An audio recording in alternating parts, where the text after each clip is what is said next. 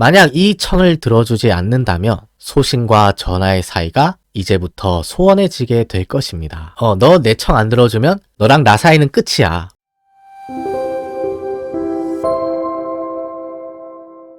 우리가 지난 사료 읽기 시간에 살펴봤듯이 양녕대군이 세자의 자리에서 쫓겨난 이후에 이 경기도 광주에 머물면서 남은 여생은 사냥이나 하면서 자유롭게 보내고 싶다라고 말을 했습니다. 문제는 양녕대군이 계속 불법적인 일을 저지르면서 이것이 조정에 문제가 되게 돼요. 예를 들어 세종실록 세종 1년 12월 20일에는 이런 기록이 있습니다. 양녕이 사냥을 하다가 광주 아전의 첩을 보고 억지로 뺏으려 하였으나 이루지 못했다. 이 소식을 들은 태종이 굉장히 분노합니다. 태종이 이렇게 말을 해요. 양녕이 잘못을 뉘우치지 못함이 이와 같으니 나는 다시는 그를 보고 싶지 않다. 그런데 그 양녕의 동생인 세종은 좀 형을 감싸주는 듯한 이런 발언도 하는데요. 세종이 이렇게 말했다고 합니다. 정욕을 금하지 못해서 그러한 것이니 나이가 들고 완숙해지면 그러지 않을 것이다. 우리가 이제 뒤에서 쭉 살펴보겠지만 세종은 자신이 재위하는 기간 동안에 양녕대군이 말썽을 일으킬 때마다 어떻게든 그 잘못을 덮어주려 하고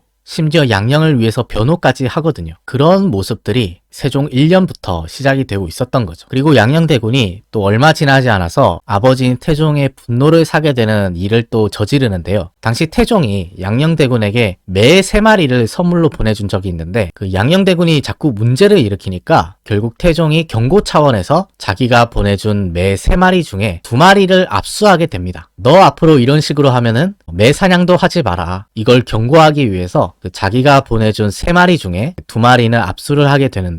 근데 문제는 양녕대군이 이 2마리를 다시 태종에게 보낼 때 병든 매를 골라서 보냈다고 해요. 그러니까 자기가 사냥하는 매가 아니고 그냥 병든 매를 보낸 거죠. 그래서 태종이 이 소식을 듣고 엄청 분노하게 되는데요. 태종이 이렇게 말했다고 합니다. 양녕이 내게 매를 보냈는데 병든 매였다. 염치 없음이 너무나 심하구나. 주상이 양녕을 소환하여 질책하도록 하라. 그러니까 양녕대군이 일부러 병든 매를 태종한테 보낸 거예요. 그러니까 태종이 얼마나 화가 났겠어요. 그렇게 태종은 결국 아들의 개과천선을 보지 못하고 이제 1422년 향년 56세 나이에 세상을 떠나게 됩니다. 근데 태종의 상이 났는데 양녕대군의 행동이 너무나 놀라웠어요. 당시 태종의 상 때 양녕대군이 했던 행동에 대해서 그 신하들이 이렇게 말을 합니다. 온 나라 사람들이 슬픔에 빠져 있는 때에 양녕이 사람들을 동원하여 풀을 뽑게 하고 그들에게 농부가를 부르게 하고 서로 농담이나 하면서 조금도 슬퍼하는 기색이 없었습니다. 그러니까 아버지가 돌아가셨는데 뭐 별로 슬퍼하는 기색도 없이 오히려 그 마을 사람들을 동원해서 뭐 노래도 시키고 농담도 하게 하고 뭐 자벽 같은 것도 시켰다는 거죠. 그리고 또 다른 기록에도 이런 내용이 나옵니다. 왕의 국상 중에 말을 달려 사냥하는 것은 인간이라면 차마 할 수 없는 짓인데 태종의 장례가 끝난 지 겨우 한 달이 넘었을 때 양녕이 여우를 쫓고 노루사냥을 했습니다. 그리고 또 사냥뿐만 아니라 민간의 백성들에게도 피해를 끼치게 되는데요. 세종실록은 이렇게 전하고 있습니다. 양녕이 민가의 개를 빼앗아 사냥을 즐기는 등 조금도 애모하는 뜻이 없었다. 그래서 이런 소식들이 올라오니까 세종대왕의 처음 반응은 그럴 리가 있겠느냐. 나는 믿지 못하겠다. 이렇게 말을 했다는 거예요. 그 실록을 보면 세종이 이렇게 말했다고 합니다. 아들이 아버지의 상 중에 어찌 그와 같은 일을 하겠는가. 세종의 상식으로는 어떻게 그럴 수가 있겠냐. 너희들이 뭐 잘못 알았겠지. 세종은 이 소식들을 믿지를 않은 거예요. 우리 형님이 아무리 말썽을 많이 일으켰지만 설마 그렇게까지 했겠느냐. 그래서 신하들이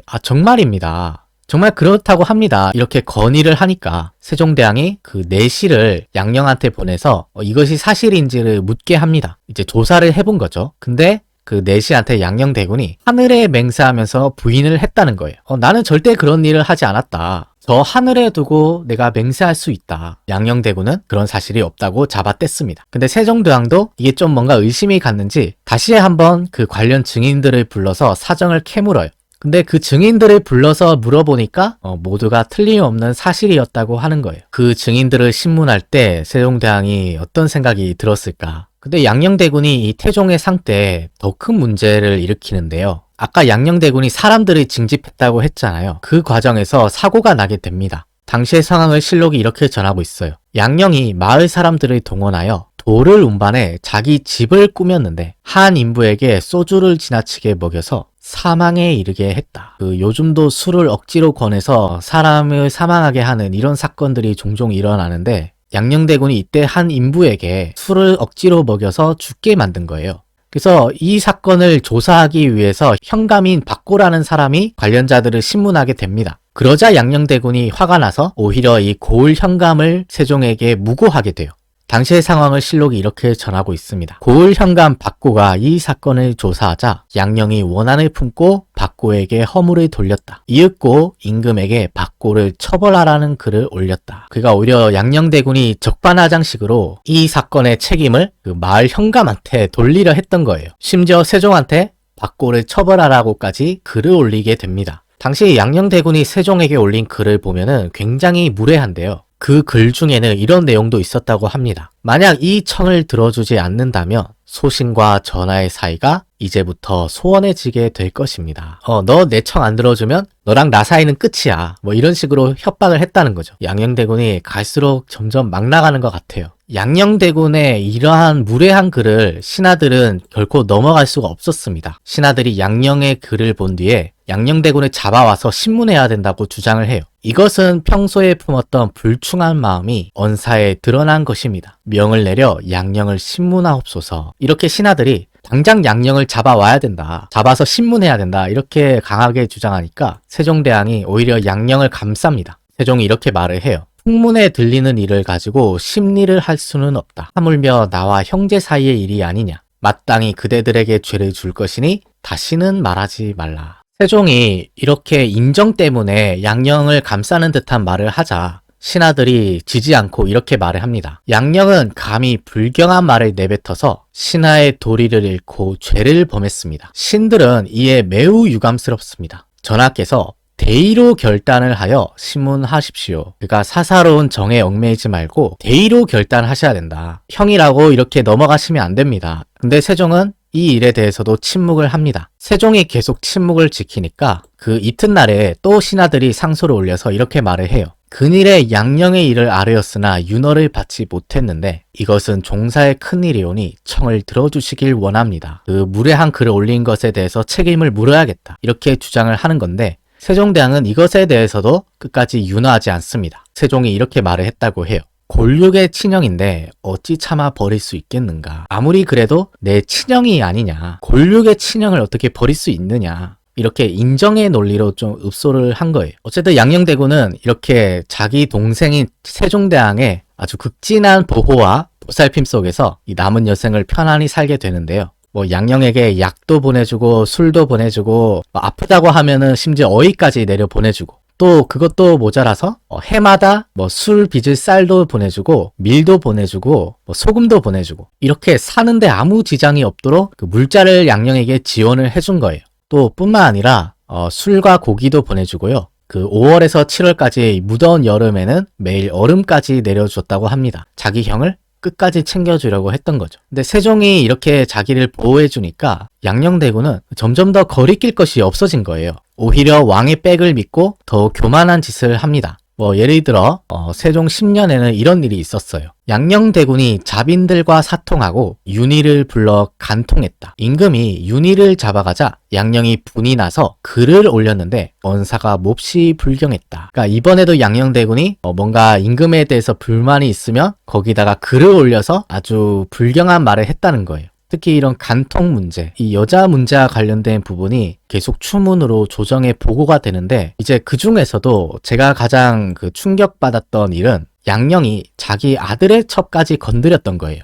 당시 양녕한테는 이해라고 하는 아들이 있었는데요. 이 이해는 양녕대군의 아들인데 자신이 사랑하는 첩을 아비에게 빼앗기고 심화병을 얻어 술김에 자주 사람을 죽였다라고 실록은 전하고 있습니다. 그러니까 이게 도대체 무슨 집안입니까 이게. 그러니까 이걸 보면 양녕대군이 뭔가 정상적이지는 않다. 생각했던 것보다 좀 심각하구나. 이런 생각이 좀 많이 들었습니다. 근데 양녕이 이런 상황에서 그 신하들이 답답했던 것은 역시 세종의 태도인데요. 세종은 자기가 즉위하는 내내 양녕대군을 자주 불러서 접견했을 뿐만 아니라 심지어 도성 땅 내에 양녕대군이 살 수 있도록 조치를 취해주려고 합니다. 그래서 이것에 대해서 신하들이 반대를 하는데 당시의 상황을 실록은 이렇게 적고 있어요. 그동안 전하께서 양령을 자주 접견하시므로 대소신료들이 모두 유감스러워 했습니다. 그런데 지금 양령에게 도성 내에 땅을 하사하시고 사저까지 지어주시니 너무나 불가합니다. 그러니까 세종은 아예 양령을 서울에 데려와서 거기다가 살라고 집까지 지어줬다는 거예요.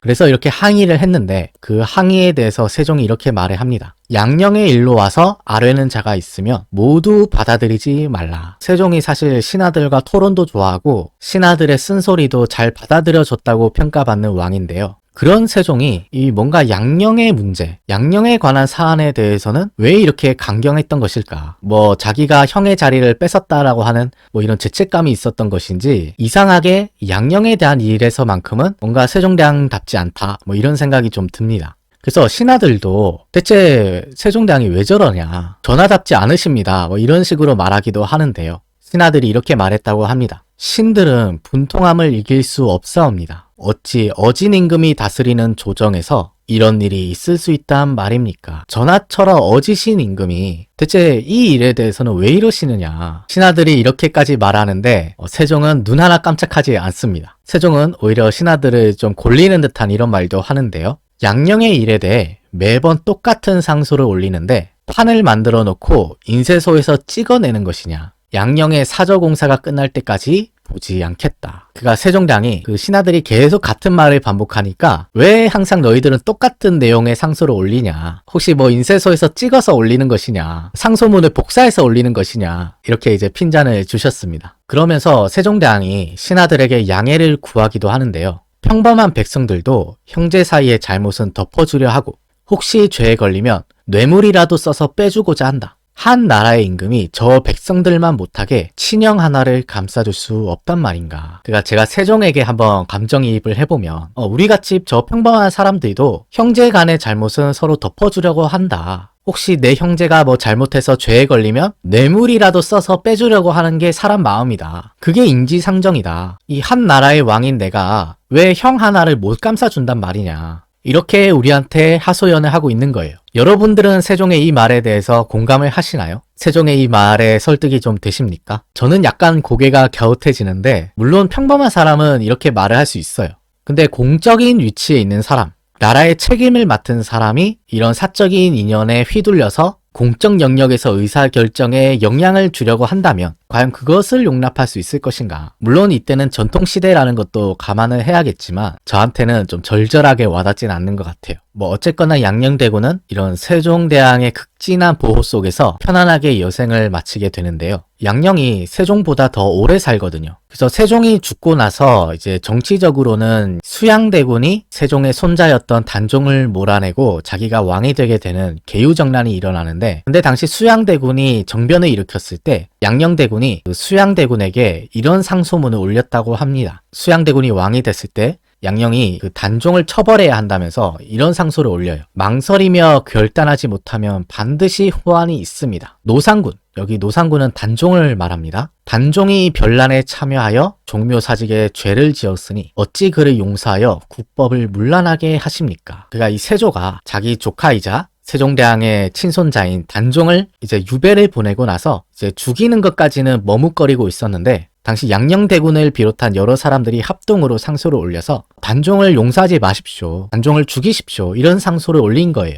그래서 오늘날 사람들 중에는 이 양녕대군의 이 처신이 과연 옳았느냐, 세종이 살았을 때 자기를 끝까지 보살펴주고 목숨을 부지시켜줬더니 세종이 죽고 나니까 세종의 친손자를 죽이는데 앞장서는 이런 행태가 과연 적절한 처신이었느냐, 뭐 이렇게 비판하는 사람들도 있습니다. 그럼 우리가 이제 마지막으로 생각해 봐야 할 문제, 과연 양녕대군은 이 동생인 충녕대군을 위해서 일부러 미친 척 한 것일까? 똑똑한 동생한테 왕자의 자리를 물려주기 위해서 일부러 그런 말썽들을 일으킨 것일까? 라는 이 질문에 대한 답은 역시 아니다라고 판단이 되는 것 같아요. 만약 정말로 양녕대군이 일부러 미친 척을 했다면 이제 세종대왕이 자기의 계획대로 왕위에 올랐으면 이제 그런 미친 짓을 할 필요가 없잖아요. 이제 말썽을 안 일으키고 조용하게 살 수 있는데 양녕대군은 이 세종이 죽을 때까지 끊임없이 문제를 일으켰습니다. 그럼 이것이 과연 일부러 미친 척 한 것이냐? 그렇게 보기는 힘들겠죠. 근데 이것이 이제 세월이 지남에 따라서 그 사람들이 양녕대군을 미화하고 싶은 거예요. 그 양녕대군의 모든 일탈 행위와 비리와 부패와 잘못된 행실들을 이제 미화하려고 하다 보니까 그것은 사실 양녕대군이 이 똑똑한 동생한테 왕자의 자리를 물려주기 위해서 일부러 미친 척 한 거다. 이렇게 이야기를 만든 거죠. 저는 이렇게 생각을 하는데 여러분들은 어떤 생각이 드시나요? 네, 오늘 사료 읽기는 여기서 마치겠습니다. 긴 시간 시청해 주셔서 고맙습니다.